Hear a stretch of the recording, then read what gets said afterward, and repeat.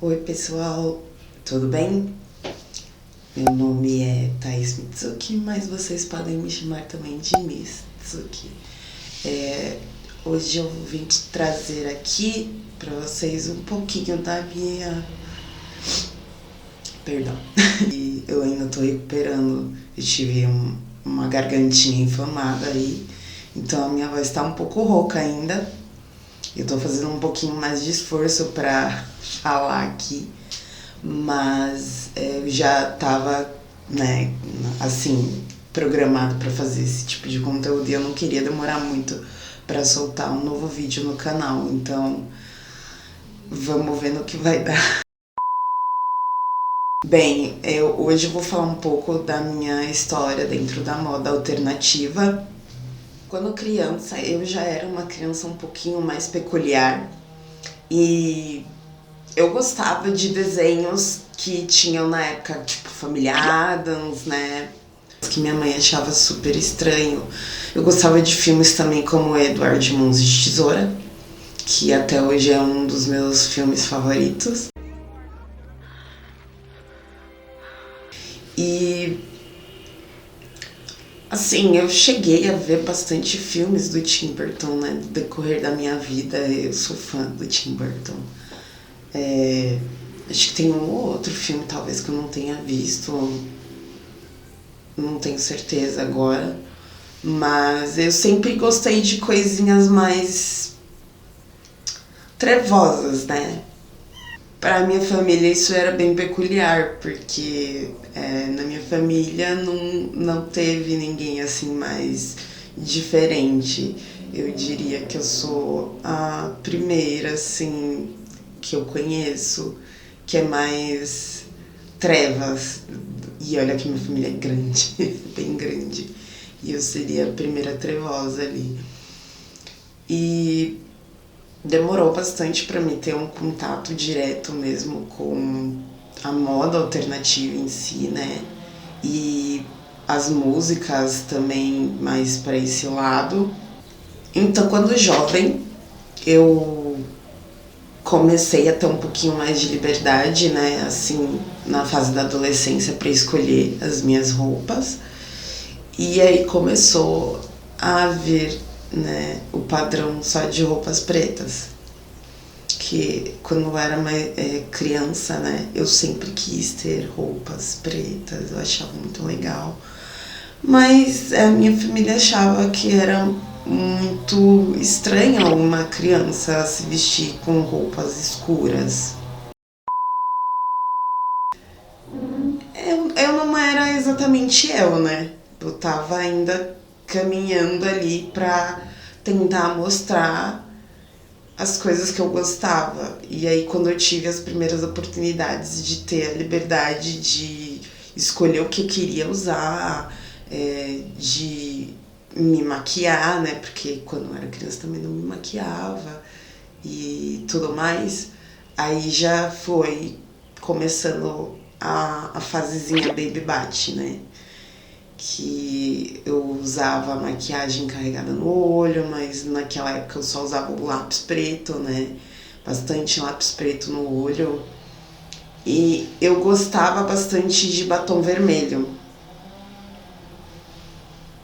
Eu cheguei a começar a pintar meu cabelo cedo. A primeira cor de cabelo que eu pintei foi loiro. Não gostei. Foi a primeira e única vez, eu acho, que eu fiquei loira. Depois eu pintei o cabelo, se eu não me engano, de ruivo. Não tenho certeza, mas acredito que foi. E cheguei a pintar o meu cabelo de roxo. Mas a tinta que eu pintei na época não chegou a ficar o roxo que eu queria. E aí eu fiquei um pouco frustrada.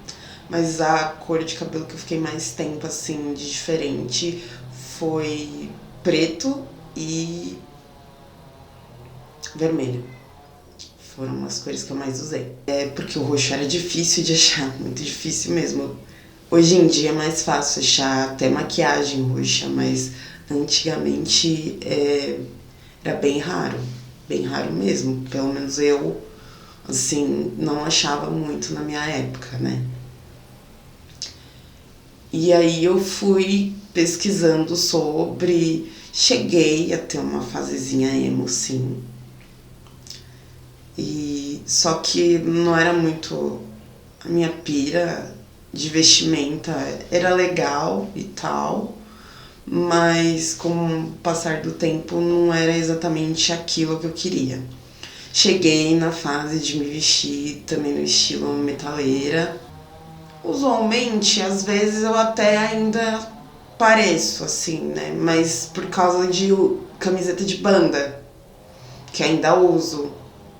Tenho menos do que eu tinha antes. Mas.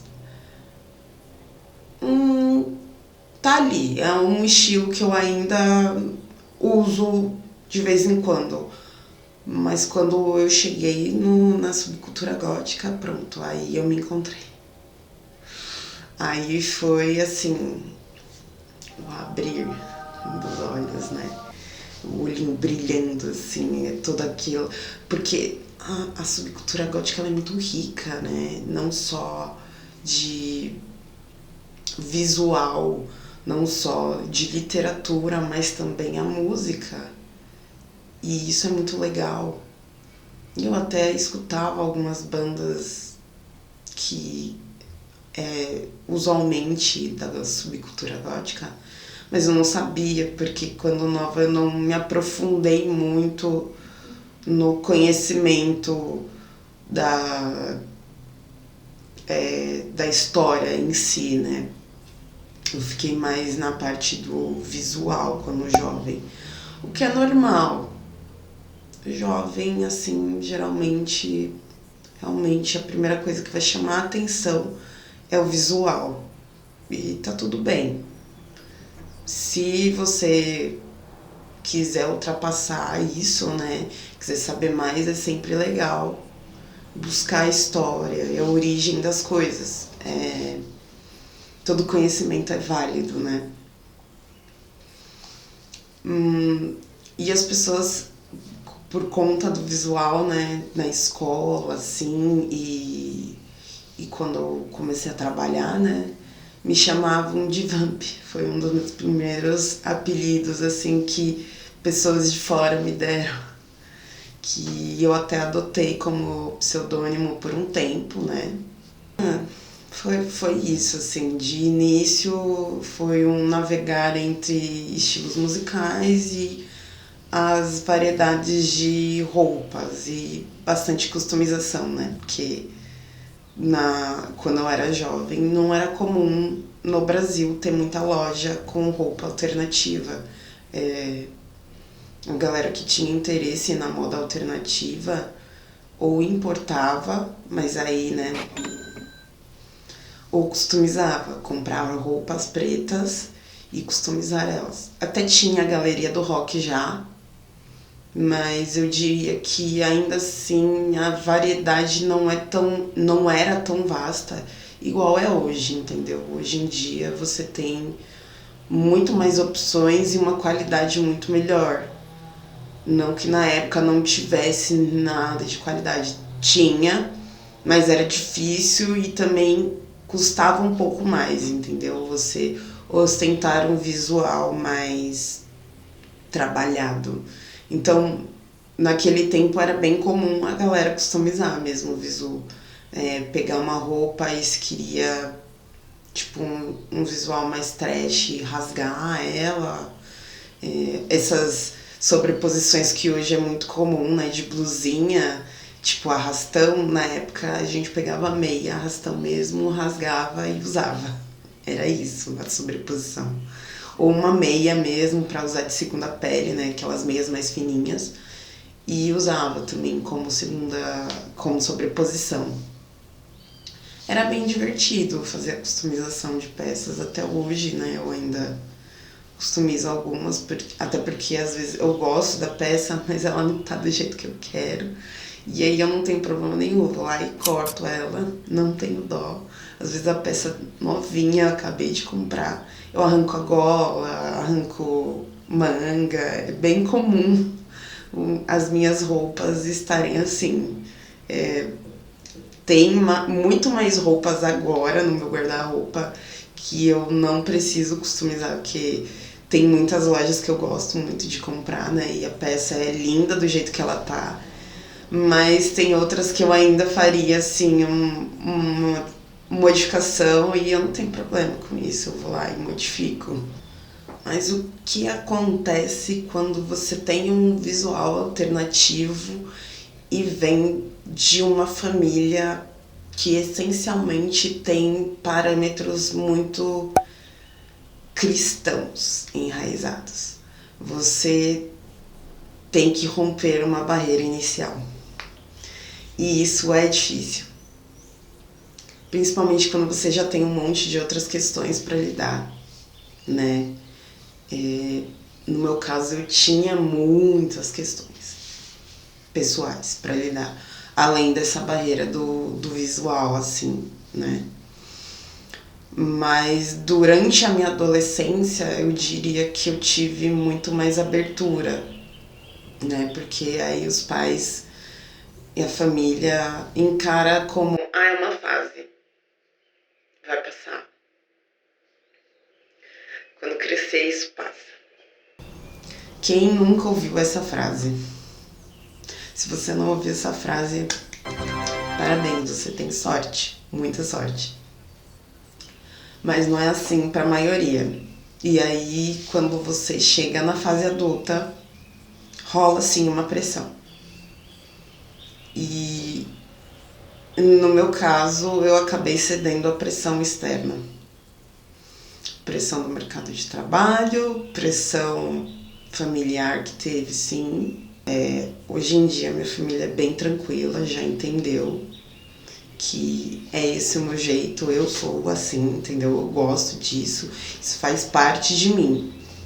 Mas inicialmente foi complicado, né? E não foi muito legal. E eu também sofri pressões externas de círculos sociais, que eu não vou citar quais em exato, mas sim, infelizmente eu não consegui me inserir em um círculo de amizades de pessoas que gostam também do visual alternativo, que gostam de se caracterizar e tudo mais. Eu tenho um círculo social atualmente diverso, mas ainda assim eu não tenho amigas do meio, assim, tipo, que gostam de um visual mais carregado. Faz parte. Até porque eu sou muito introvertida, então eu fui adotada pela maior parte dos meus amigos, porque eu tenho muita dificuldade de iniciar uma interação social. E eu nunca frequentei também os lugares mais badalados, assim, pela galera alternativa, né, da cena, de todas as cenas.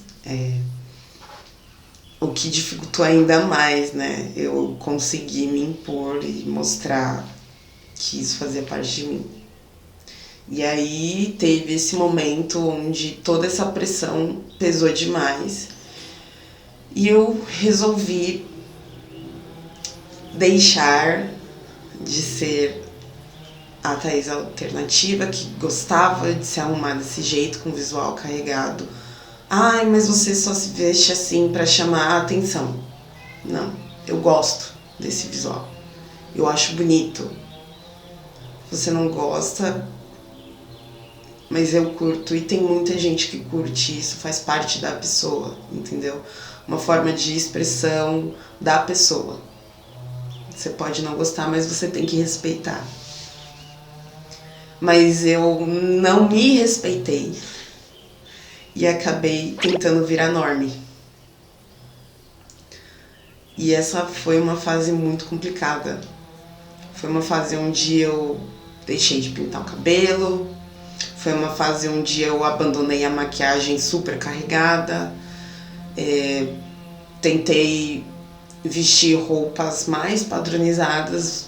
A única coisa que eu não abri mão mesmo foi do pretinho básico, né? Eu realmente tenho uma dificuldade de vestir cores. Eu não gosto de vestir um visual mais colorido. Eu me sinto muito mais confortável me vestindo toda de preto ou colocando algo roxo.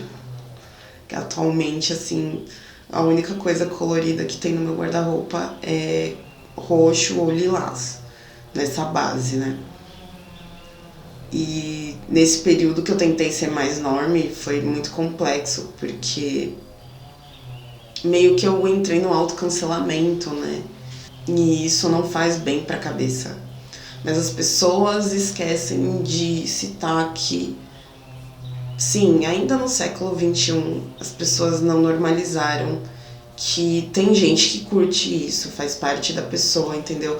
Existem as pessoas mais diversas possíveis e sempre vai ter gente problematizando, infelizmente. Só que como eu estava inserida num ambiente muito complexo de lidar com isso e eu também passei por uma fase muito ruim, assim, né, na minha vida,